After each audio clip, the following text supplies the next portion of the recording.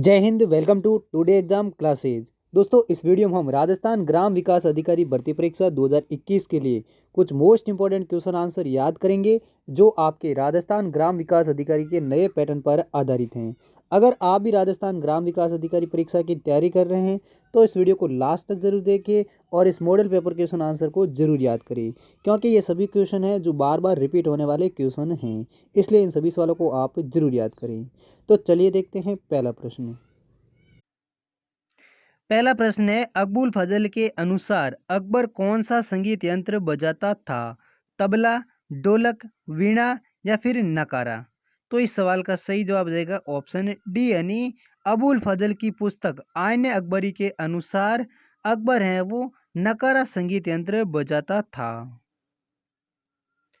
अगला दूसरा प्रश्न है, 1530 को बाबर की मृत्यु के बाद उसे आगरा के आरामगाह में रखा गया और उसे शेर शाह के समय कहाँ दफनाया गया था? काबुल, फरगना, दिल्ली या सासाराम में?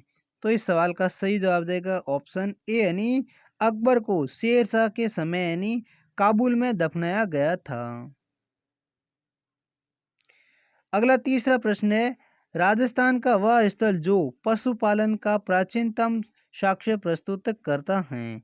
दर, आहड़, कालीबंगा या फिर बागोर? तो इस सवाल का सही जवाब देगा ऑप्शन डी यानी राजस्थान का बागोर स्थल है जो पशुपालन का प्राचीनतम साक्ष्य प्रस्तुत करता है। अगला चौथा प्रश्न है, उमा का झुका मंदिर किस देवता को समर्पित है? ब्रह्मा, विष्णु, शिव, इंद्र?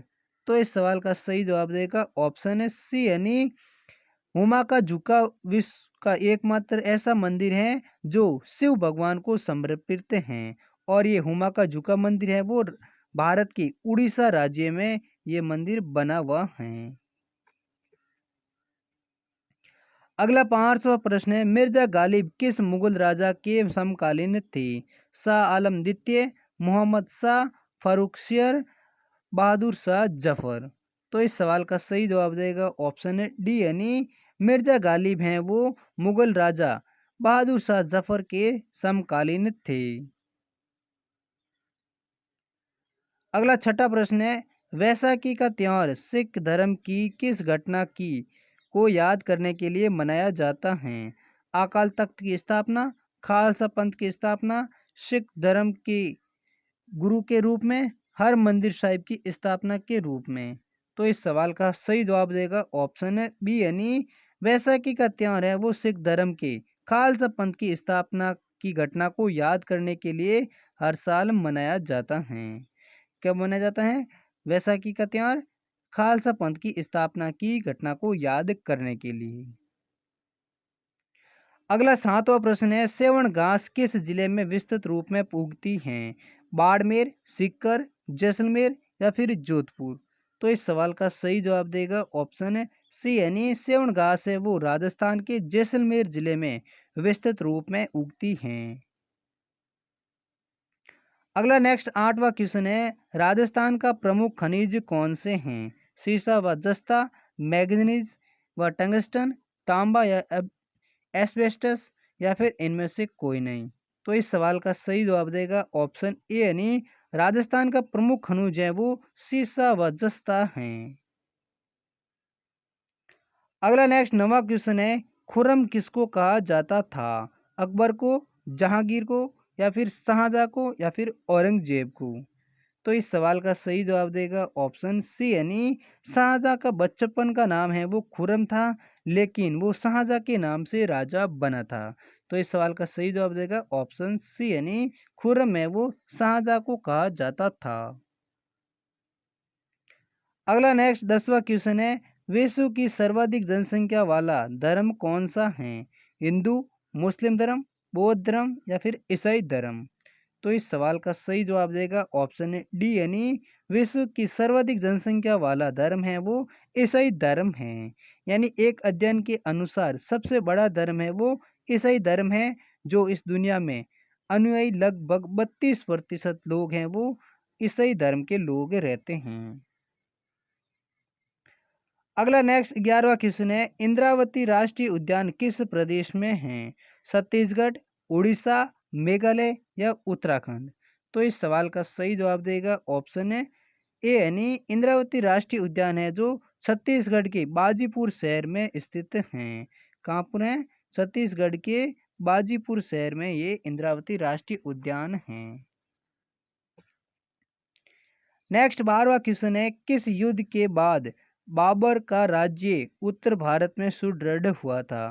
पानीपत का युद्ध, खानवा का युद्ध, घाघरा का युद्ध या फिर चंदेरी का युद्ध? तो इस सवाल का सही जवाब देगा ऑप्शन है बी यानी 1527 में खानवा के युद्ध के बाद बाबर का राज्य है वो उत्तर भारत में सुदृढ़ हुआ था। ये युद्ध कब लड़ा गया था? 1527 ईस्वी में, जो बाबर और राणा सांगा के बीच ये युद्ध हुआ था और जिसमें इसमें तोपों के कारण राणा सांगा की इसमें हार हुई थी और बाबर की इसमें विजय हुई थी। किस युद्ध में? खानवा का युद्ध, जो 1527 ईस्वी में लड़ा गया था। नेक्स्ट 13वां क्वेश्चन है, भारत में कितने प्रकार के आपातकाल हैं? एक प्रकार का, दो प्रकार का, तीन प्रकार का या फिर चार प्रकार का? तो दोस्तों इस सवाल का सही जवाब देगा ऑप्शन है सी यानी भारत के संविधान के भाग 18 में तीन प्रकार के आपातकाल का वर्णन है। कौन सा? राष्ट्रीय आपातकाल, प्रादेशिक आपातकाल और वित्तीय आपातकाल, जो भारत के संविधान भाग 18 में दिए गए हैं। यानी भारत में कुल तीन प्रकार के आपातकाल हैं। अगला नेक्स्ट 14वां क्वेश्चन है, कारकोट वंश कहाँ का वंश था? कश्मीर, गुजरात, डेक्कन या फिर मध्य प्रदेश? तो इस सवाल का सही जवाब देगा ऑप्शन ए यानी कारकोट वंश है वो कश्मीर का वंश था।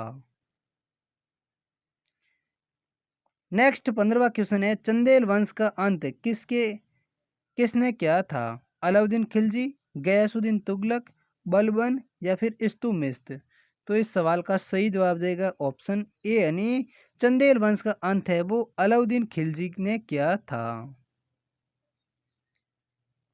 अगला नेक्स्ट 16वां क्वेश्चन है, अरब सागर की राजधानी किसे कहा जाता है? मुंबई बंदरगाह, विशाखापट्टनम बंदरगाह, कोच्चि बंदरगाह या इनमें से कोई नहीं? तो इस सवाल का सही जवाब देगा ऑप्शन सी यानी अरब सागर की राजधानी है वो कोच्चि बंदरगाह को कहा जाता है। नेक्स्ट 17वां क्वेश्चन है, राजस्थान राज्य विद्युत मंडल की स्थापना किस वर्ष में की गई थी? सन 1957 में, सन 2000 में, सन 1945 में या इनमें से कोई नहीं?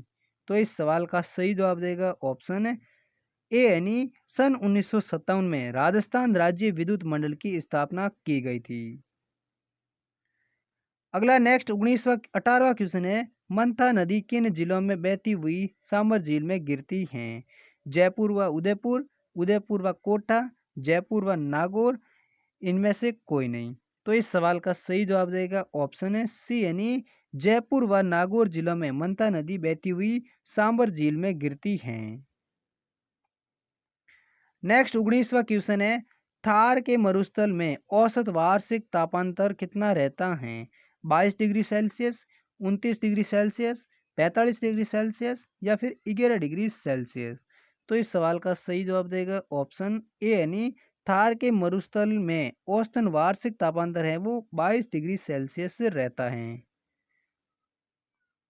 इसी प्रकार अगला अंतिम नेक्स्ट क्वेश्चन है, राजस्थान में सर्वप्रथम प्राकृतिक गैस के भंडारों का पता कहाँ लगा था? जैसलमेर में, बीकानेर में, बाड़मेर में या फिर जोधपुर में? तो दोस्तों इन सवालों में से चारों ऑप्शनों में से कौन सा ऑप्शन सही है वो आप कमेंट बॉक्स में लिखकर जरूर बताइए। तो दोस्तों